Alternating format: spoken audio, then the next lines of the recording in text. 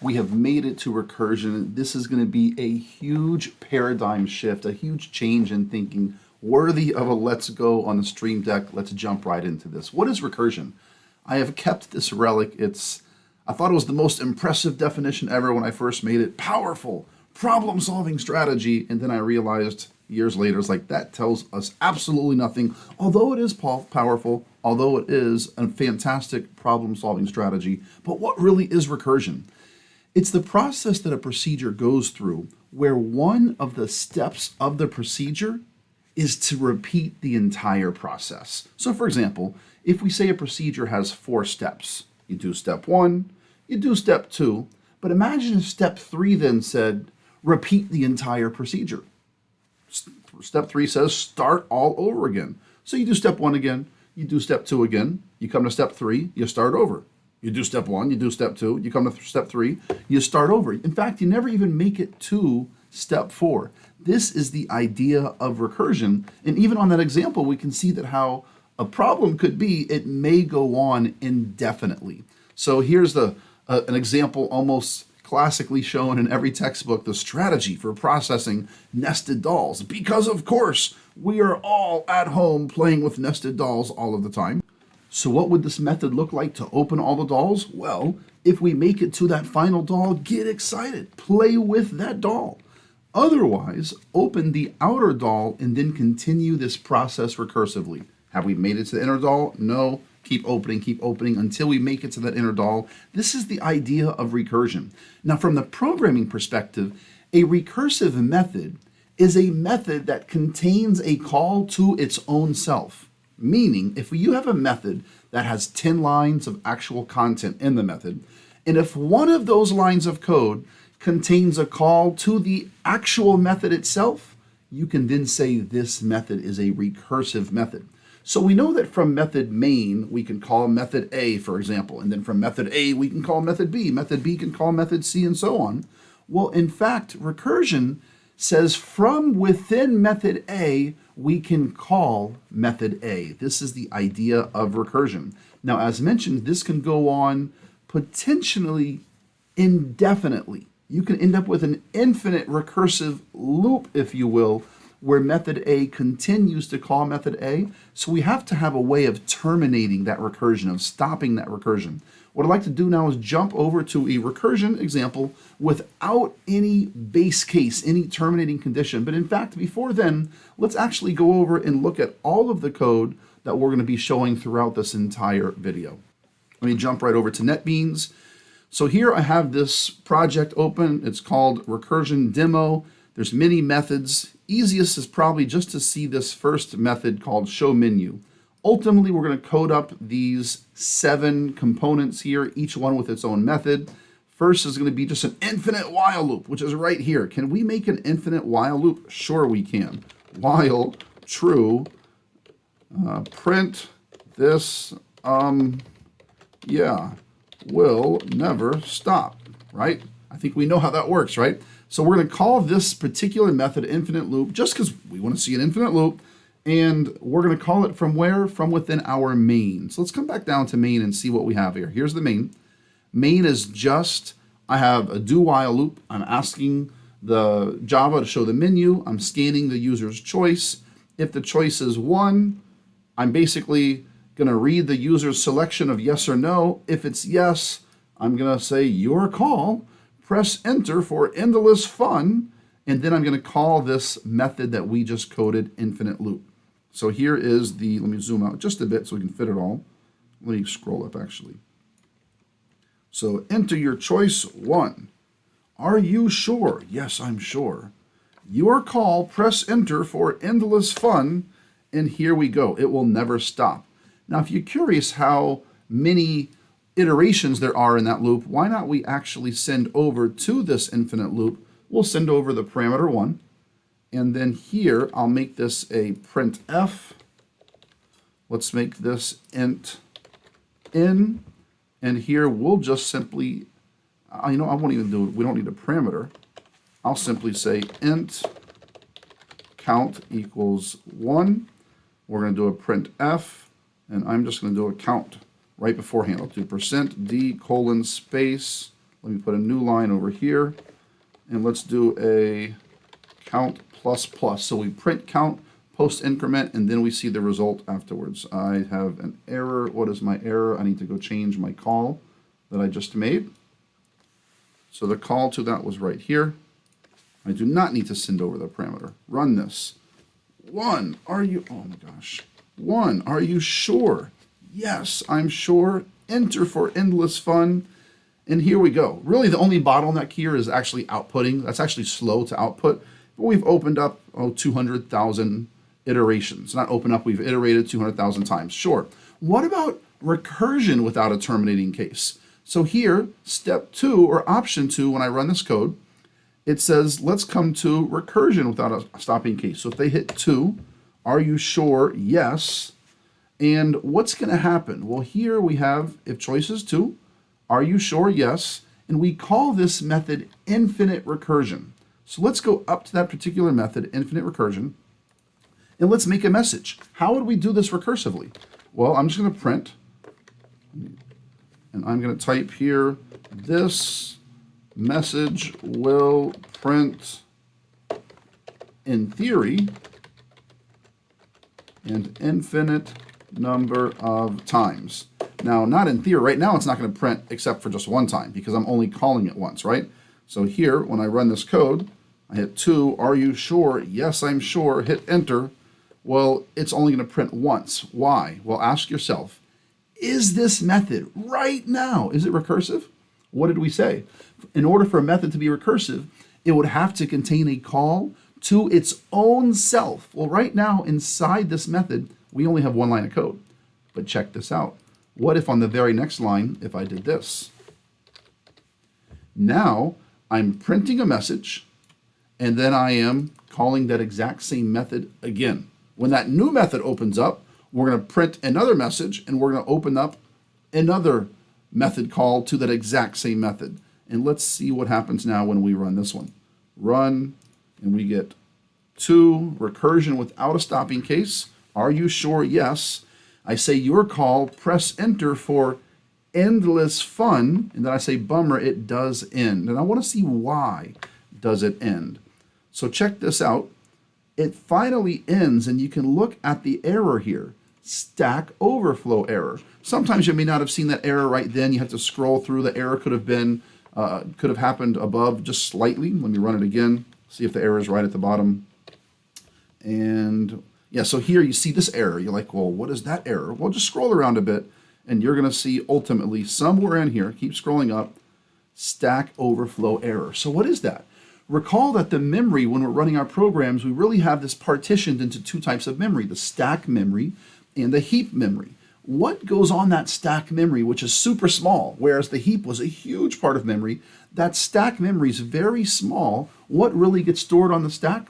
All of your methods and their local variables. So what's going on here is we're opening up a lot of methods. And the consequence is ultimately we are filling up that stack and it is overflowing. We cannot open up any more methods. Our program errors out. How many methods did we open up just now? If we're curious, let's come over here and change infinite recursion. Let's send a parameter 1. Now let's go to the actual method we coded and let's put in here int n. And now let's print that value of n. So I'm going to put here again %d colon. Let's put here a new line. We're going to print n, but when we call it recursively, we're going to call it with n plus 1. So let's think about that. We sent over the parameter of 1. So this parameter right here, that became 1. We will print the value 1 right here. But then when we call it, we're going to be sending over to the next invocation. We're invoking to the next method. We're going to send over a 2. So next time it will print 2 and so on. So let's run this code and see how many method calls actually get opened up. 2, yes, enter. Around 9,000. So we have 9,000 methods that opened up, but then finally we broke it and it could not continue. So that is an example that we just coded up live. Here it is on the slide. So once again, from the programming perspective, a method that can call itself, right? That's the idea of recursion. Here's the main definition though. Recursion solves large problems by reducing them to smaller problems of the same type, of the same form. Once again, this is the most important definition here. Solving a large problem, how? By reducing it to a smaller version of that same type. It's a method that invokes itself again and again and again, really just splitting itself into a smaller version, a simpler version of itself, until we then get to a terminating condition, a way to stop the recursion. So from a programming example, let's cover two particular solutions or two problems. One will be this countdown problem, and then we're going to do a factorial problem, two famous examples for introducing recursion. We want to write a program that counts down from 10 and then simply prints blast off. How would you do this iteratively? Let's come back over here. This is going to be, as you may have seen, we run this program. This is going to be countdown iterative, step 3 from the menu. So let's go actually look at step 3. What happens at option 3? Option 3, if the user enters 3, we simply call countdown iterative with this parameter of 10. So let's go to countdown iterative and let's code it up. How would you code this with a simple for loop, given that parameter count? You're really just going to make a for loop. It's going to start at count. It's going to loop as long as I is greater or equal to 1, or you could say greater than 0. I rather do greater than 0. It's only one check.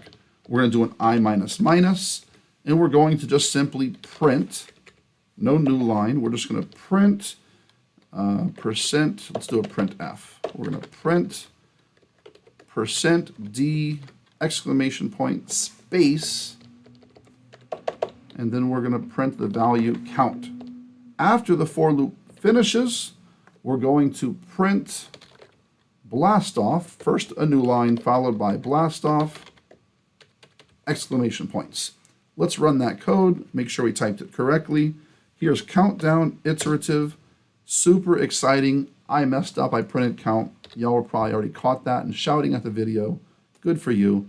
Run this. Let's print this 3, 10, 9, 8, 7, 6, 5, 4, 3, 2, 1, blast off. Super easy to do iteratively. That's one solution, basically an identical solution shown here on the slides. So how do we do this recursively?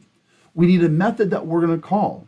This method will then call itself again and again and again until what point? A solution just flashed up on the screen. I want to go code that together first. So if we come back over to our main, again in main, if the user chooses option 4, which is countdown recursive, we're going to call this countdown recursive method. We're going to send over the parameter 10. So here's the method. What do we need to do? Well, we need to print, I'm going to copy that print statement.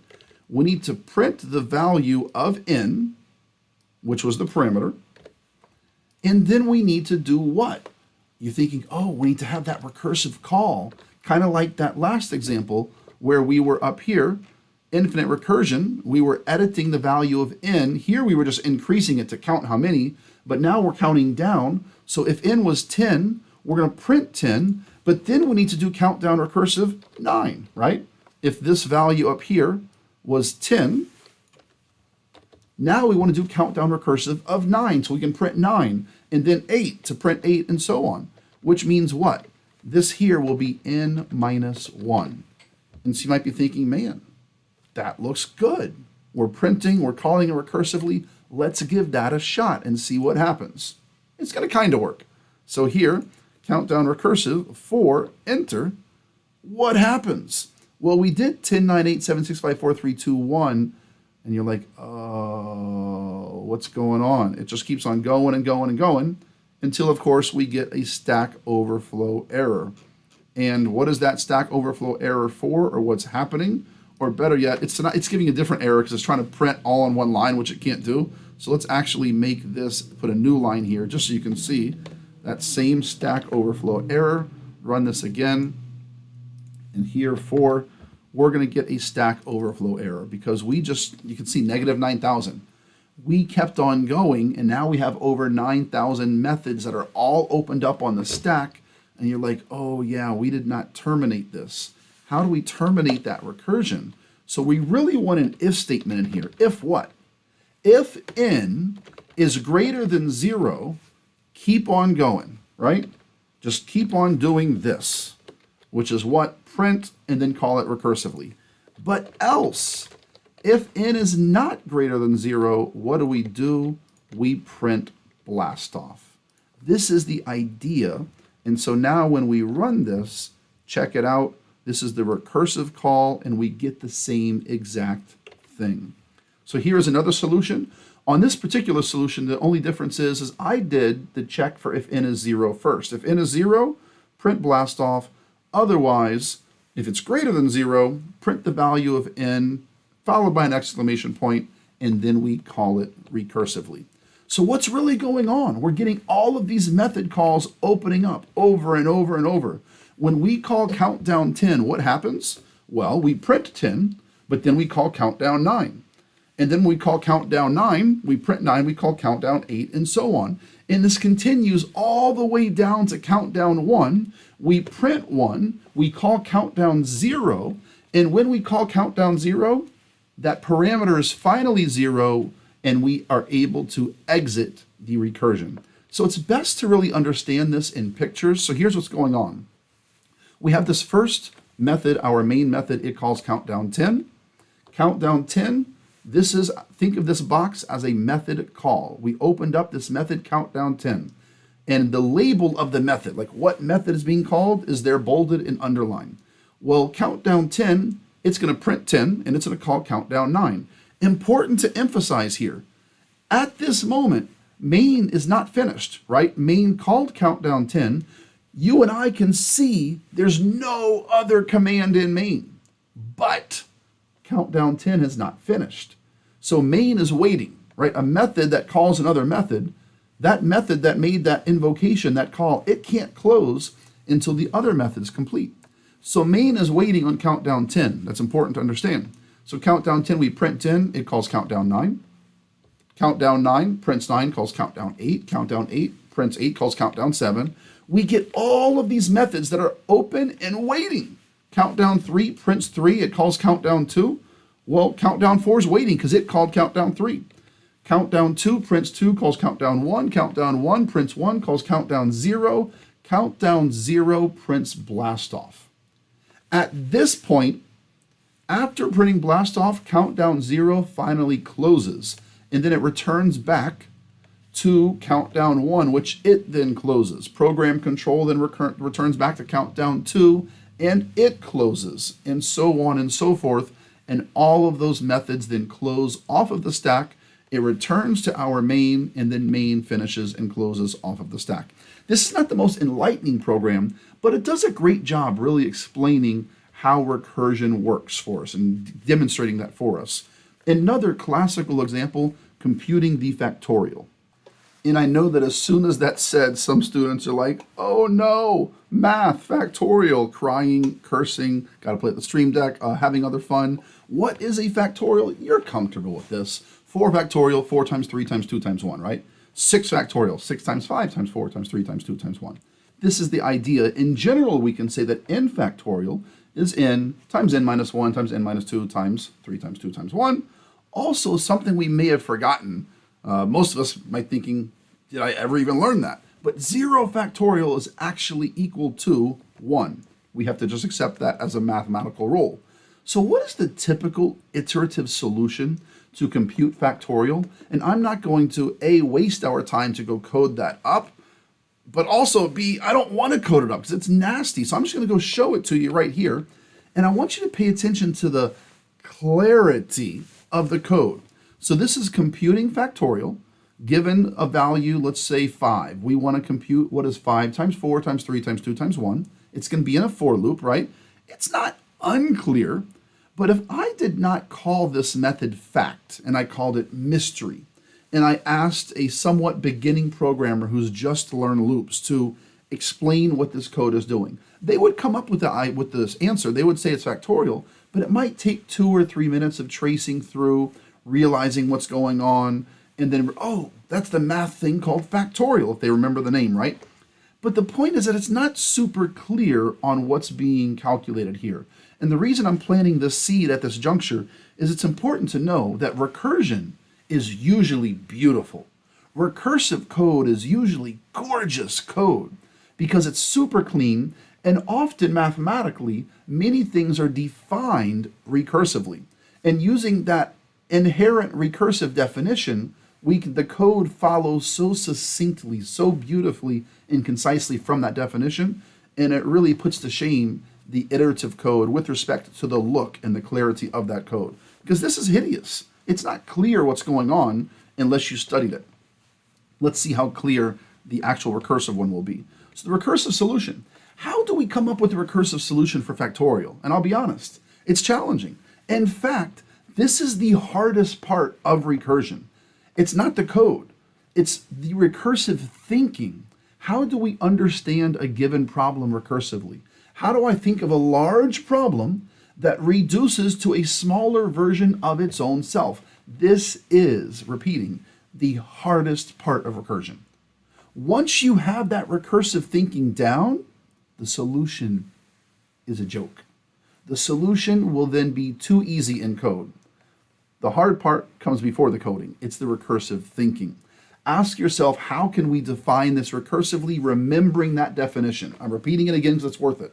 Solving a large problem by reducing it to a smaller version of that same form. Well, for factorial, this is a cheat for us that I'm giving you, is it turns out that factorial is already defined recursively. Each factorial is in fact related to the factorial of the next smaller integer. Check out 4 factorial, which is 4 times 3 times 2 times 1. Well, that's really the same as 4 times 3 factorial. Because what is 3 factorial? 3 times 2 times 1. You're like, okay, where's he going with this? What about 10 factorial? That's really what you see here. 10 times 8, 10 times 9 times 8, all the way to times 3 times 2 times 1. Well, look at the right side. What is that right side? 9 times 8 times 7 times 6 times 5 times 4 times 3 times 2 times 1. That's all 9 factorial. So 10 factorial is really 10 times 9 factorial. You're like, okay, sure. How's that helpful? I don't see the value here. Well, remember, what's the definition? Solve a larger problem, in this case, the larger problem is 10 factorial, by reducing it to a smaller version of that same type of problem. Well, 9 factorial, we're still computing factorial, and it's certainly smaller than 10 factorial. This is the idea. So let me ask you, pause the video and ask, what is 87 factorial?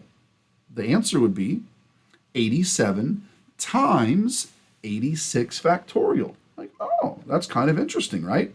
So now we can say it more generally that n factorial is n times n minus 1 factorial. Of course, we need to know that terminating condition, which is 0 factorial equals 1, right? And so now with that said, let's see how easy the code will be.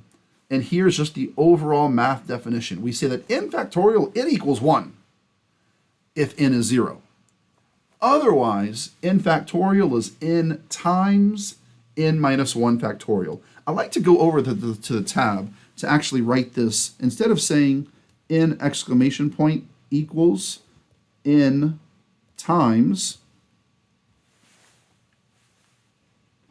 So through the magic of pause, I simply changed the color and fixed my pen here. So instead of saying n times n minus 1 factorial, I want to write this differently and just say fact of n equals n times the fact of n minus 1. It's the exact same thing, but I'm getting rid of the exclamation point, and instead I'm calling it the fact. So the factorial of n is really n times the factorial of n minus 1. So let's now see in code how that's going to make sense for us. I come over here back to NetBeans to our program, and let's see what we have. I'm going to come down in our main. If the user chooses option 5, which is for factorial, we're going to ask them to enter an integer. We're going to scan the integer, and we're going to print the factorial of blank is blank. So let's now go look at that factorial method, which is right here. We need to code this up, and we want to code it recursively, not iteratively. So what did we have? We have that the factorial, put as a comment here, I'll put this actually above as a comment. We just typed up on our tablet that fact of n equals n times the fact of n minus 1. The mathematical definition was n factorial equals n times n minus 1 factorial. And so I just rewrote it. Instead of putting the exclamation point, I just wrote fact of n equals n times fact of n minus 1. Let's even line up the equal signs. So we're saying the same thing here, but I wanted this to more clearly or quickly translate to code. So the factorial of n, we have an if and an else. We say, well, if n is what? If n is 0, that's our terminating case, what's the factorial of 0? Oh, it's just 1, right? If n is 0, return 1. Else, as long as n is greater than 0, what is the answer for factorial of n? The answer is, the factorial of n is that. So just return that answer. Right here, we're calculating what is the factorial of n? What is the factorial of n? The answer is this. And so we return that as an answer. And look how actually inside our return, we're making the recursive call, which is going to be really strange at first, but it's going to make a lot of sense once we start seeing it, and we'll trace through this example. So first, let me just run this. What is the factorial of, how about 5? It should be 120. In fact, it is. What is the factorial of 4? 4 times 3, 12 times 2, 21 times 1. So now let's run this and check factorial of 4 so we can feel confident in it. The factorial of 4 is in, oops, wrong one. Let's do this again, 5. And the factorial of 4 is in fact 24. There's our solution. So here's our iterative solution, also, recursive solution, also shown here on the slide. Super sorry, or not sorry. How about we'll do a not sorry? Sorry, but not sorry. That is some sexy code. That is some gorgeous, beautiful code. Look how clean, how clear that code is compared to that hideous iterative code we saw previously. This is beautiful code, and that's one of the huge pros of recursion, that we have super clean, super clear, concise code, and it really just followed from that mathematical definition. So what really makes this easy to understand, though, is the picture. So here we have our main method. Main method, imagine we've asked the user for enter a factorial number you like to find. Here we just have 10, and we're calling 10 directly. So when I'm going to call a factorial of 10, this is the first method call that pops up. The box is a method that popped up. We label that box factorial of 10. What does it return? It returns 10 times the factorial of 9. Well, now factorial of 9 opens up. What does it return? It returns 9 times the factorial of 8. That opens up. Factorial of 8 returns 8 times the factorial of 7. All these methods open up. We get down to factorial of 2 method. It returns 2 times the factorial of 1. Factorial of 1 returns 1 times the factorial of 0. And then we finally arrived at this base case, this terminating condition, factorial of 0. What does it return? It returns 1. Now the question is, where does that 1 get returned to? Does it return all the way back here to main? Of course not. Factorial of 0, which is going to return 1, it's going to return 1 to precisely from where we called factorial of 0. Where did we call factorial of 0 from? We called it from that previous method right here, factorial of 1. So that 1 is going to come right here, right? We just returned a 1. Here's the 1 being returned, and it's going to come right here. And factorial of 1 is just 1 times 1, so it's going to return 1 again, and that goes right here. And this returns 2, it comes right here. So now let's make sense of this. What is the factorial of 3? 3 times 2 times 1, that's 6. So the answer should return a 6, perfect. Where's that 6 going to go? It's going to get returned right here to where we called factorial of 3. We called factorial of 3, right? This window opened up, and its answer is 6. So now the 6 is finally returning, and it's going to come right here, replacing that call to factorial of 3. We get 4 times 6 is 24. That 24 returns. We get 5 times 24 is 120. That 120 now returns. 6 times 120, and so on. The answer propagates all the way back to main to the initial call. So I'm not going to explain that again, but I'm going to quickly just look at these pictures. It's really beautiful and clear how all these methods open up on the stack. And then when we finally reach that terminating condition, then the answer slowly propagates back through that stack of methods, and the answer builds upon itself, right? And we finally get the answer returning to main. Our interlude, a great one. We find the bug. We fix the bug, and we have we have 3 bugs? We have more? We have all, unfortunately, experienced the pain. That happens. So recursion, and we want to talk about our strategy for solving recursive problems. Given that large problem, right, we want to try to restate it in such a way that the large component is very clearly articulated. In fact, just pick a number and let's call that, like, find the factorial of 10, right? That would be the example. Now find a smaller version of that problem.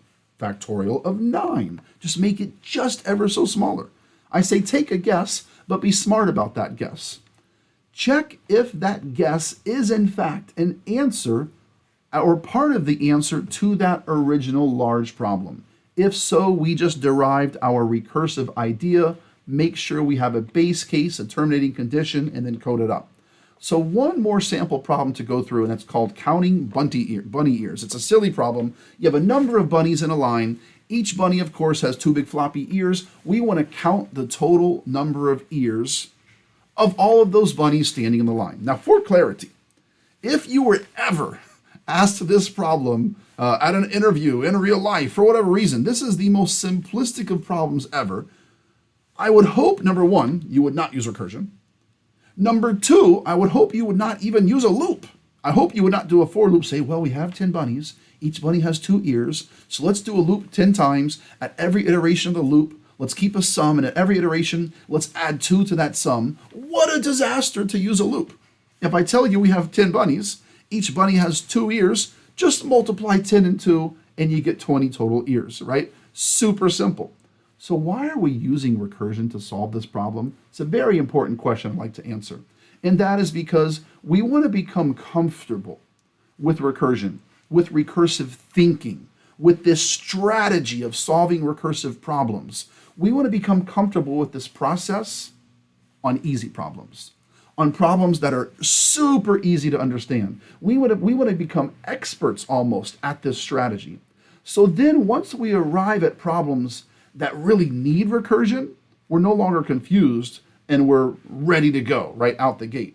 So we start with simple problems, which really, in this case, you would never use recursion. Dear God, I hope you would never use loops. And we would just multiply 10 times 2 and be done with it. But now let's solve this recursively. Here is some sample method calls to make sure we understand what's being asked as far as given as input and provided as output.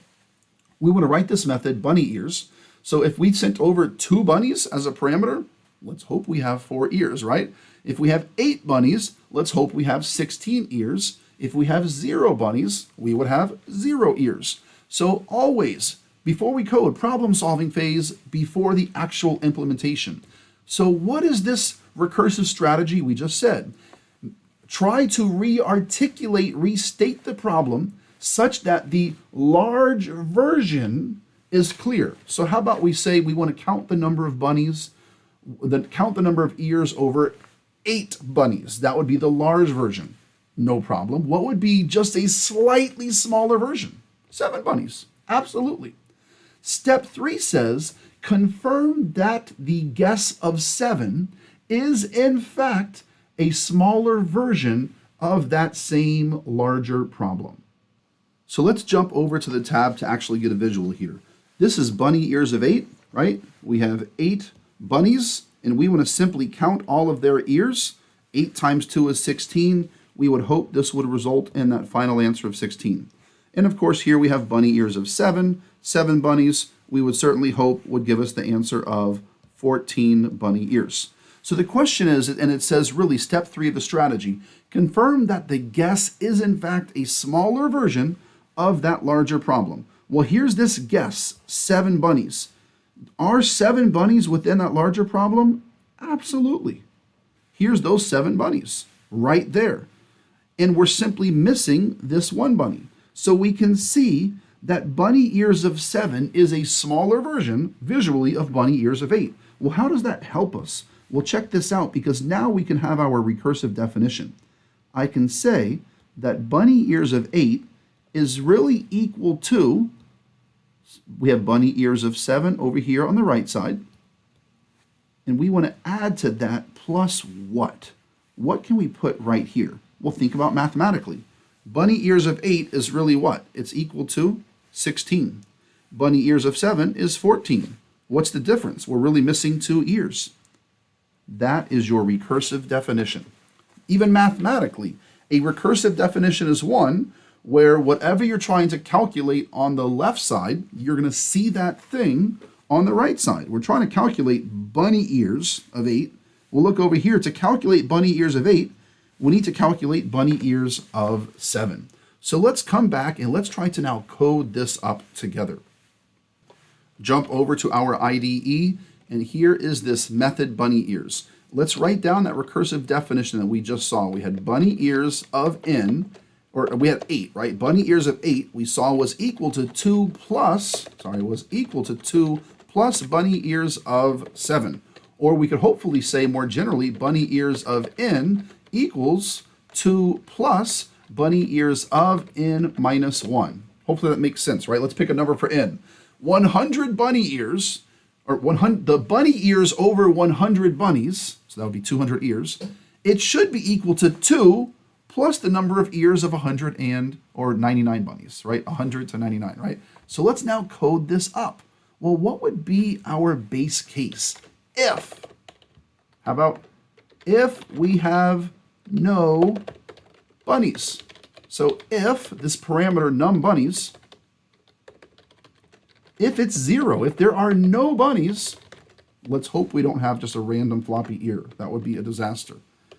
Else, we have more than 0 bunnies. So what do we return? We're going to return this. I'm going to copy paste. Now the method's not called BE. The method's called bunny ears. And our parameter was called num bunnies. So I'll put that in there as well. So what is bunny ears of num bunnies? It's 2 plus bunny ears of num bunnies minus 1. Let's now run this code. Bunny ears choice 6. Enter the number of bunnies. We have 10 bunnies in line, and that will give us 20 bunny ears. Now, regarding the base case, this is important. Someone might say, well, how do you know which base case to choose? Here we have 0.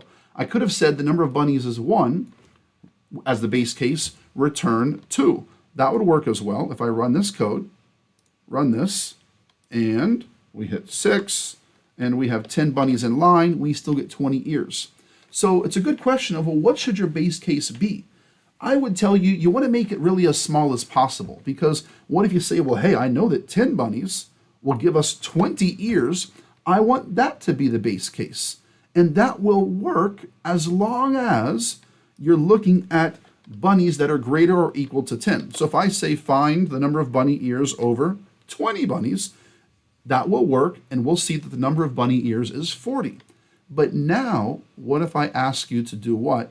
If I say enter, let's say 8 bunny ears, or 8 bunnies in line, which should give us 16. Now we can't. We immediately get a Stack Overflow because it actually went negative, right? And so that is a problem. So you always want to really choose your smallest base case. In this case, what if we had 0 bunnies? And that will give us our answer. Hit 6, enter. We got 8 bunnies in line, and we have therefore 16 bunny ears. Perfect. Come back over to our slides. We are near the end, and this was our code that we just did together live. So as a summary, recursive methods are methods that call themselves. They can only actually solve a base case. If we're not at the base case, we're really just breaking that problem down into smaller and smaller versions of themselves, ultimately honing in on that base case and solving the problem. Why use recursion? First of all, because it's some gorgeous, beautiful, sexy, or elegant code. We have this great quote, to iterate is human, recurse divine. Yes, we're dorks, get over it. But why use recursion? Some solutions are naturally recursive. And we've seen how the recursive code, it's clear, it's simple, it's easy to read and understand. It involves writing less code, clearer to read. Why not use recursion? It's important to know that every problem that can be solved recursively can, in fact, be solved with iteration. So why would you even use recursion? You may have noticed many of those problems felt like we were just iterating, but via the power of recursion.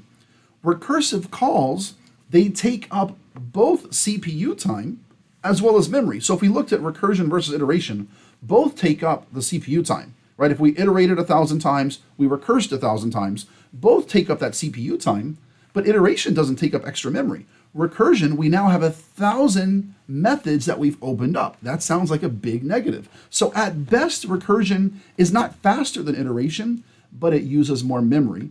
But at worst, recursion can cause huge slowdowns. And I'm going to very briefly go over a Fibonacci example to demonstrate this. So we end up with this balancing act. Do we want to have high performance, or do we want to have good software engineering, meaning good, clean, easy to read code? Famous example, Fibonacci. I'm going to go through this quickly. The Fibonacci is such a sequence that is mathematically defined recursively. The first two terms of the sequence are 1, and then each of the following terms is just the sum of the previous terms. So if I pick this number 21, I say, how do we get 21? Well, 21 is really 8 plus 13. So you really build up the sequence from the left. The first two numbers are 1. The next number is the addition of the previous two numbers. So 2, how do we get 2? It's 1 plus 1. How do we get 3? 1 plus 2. How do we get 5? 2 plus 3, and so on. How do we get 89? 34 plus 55.